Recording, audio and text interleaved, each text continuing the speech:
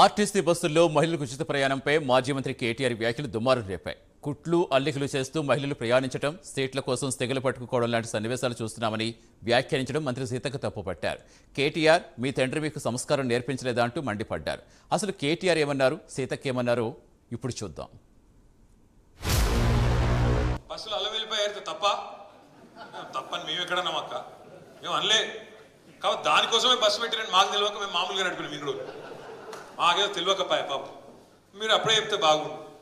బస్సుల కుట్లు అల్లికెళ్ళితే మేము తప్పని మేమెందుకంటాం అక్క. ఎక్కువ పెట్టు బస్సులు తన్నుకుంటాను మంచిగా లేదు పెట్టు, మనిషికో బస్సు పెట్టు. మేమెందుకు అంటాం?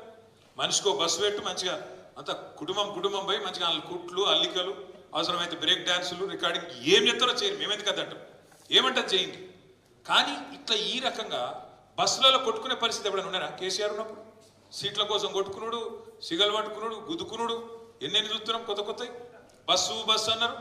ఇవాళ బస్సు పరిస్థితి ఎట్లుందో మీరే చూస్తున్నారు. ఆఖరికి ఆర్టీసీ కార్మికులు, డ్రైవర్లు, కండక్టర్లు వాళ్ళని ఎత్తిపట్టుకునే పరిస్థితి వచ్చింది. ఇవాళ తెలంగాణ మహిళలను బ్రేక్ డాన్స్ చేసుకోనియండి అంటే ఆ పదము అనేది నీ నోటికి ఎట్లా వచ్చింది కేటీఆర్ అని నేను అడుగుతాను. కాబట్టి తెలంగాణ మహిళలకు ఈరోజు క్షమాపణ చెప్పాల్సిన అవసరం కేటీఆర్ కు, అదే విధంగా బీఆర్ఎస్ పార్టీకి ఉందని తెలియజేస్తా ఉన్నా. ఇవాళ మేము ఏ పథకాలు చేసినా నచ్చట్లేదు, ప్రజలకు ఉపయోగపడుతున్నాయి, మహిళలు ఆర్థికంగా ఎదగడానికి ఉపయోగపడుతుంది బస్ ప్రయాణం. మీకు ఆలోచన రాలే 10 ఏళ్ళు, మీరు పెట్టలేదు. మేము పెడితే రకరకాల మార్పింగ్ వీడియోలు చేస్తున్నారు, తప్పుడు ప్రచారాలు చేస్తున్నారు. అసలు బస్సు ప్రయాణాలలో చేసేటోళ్ళే తప్పుడు మనుషులను తప్పుడు ప్రచారాలు చేస్తున్నారు మీ సోషల్ మీడియాల ద్వారా. పైనుంచి ఈ రోజు నీ నోటి నుంచి డైరెక్ట్ గా మహిళలు కుటుంబాలు వచ్చి బ్రేక్ డాన్సులు చేసుకోమన్నావు. ఇదేనా నీ సంస్కారం?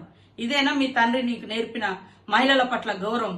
మీ ఇంట్లో కూడా ఆడపడుచుంది కదా, మీ ఆడపడుచులు అందరూ బ్రేక్ డాన్సులే చేస్తారా బస్సులు ఎక్కినప్పుడు? ఇట్లాంటి మాటలు తగవు. వెంటనే బేషరతుగా కేటీఆర్ నువ్వు తెలంగాణ మహిళా లోకానికి క్షమాపణ చెప్పాలని హెచ్చరిక చేస్తా.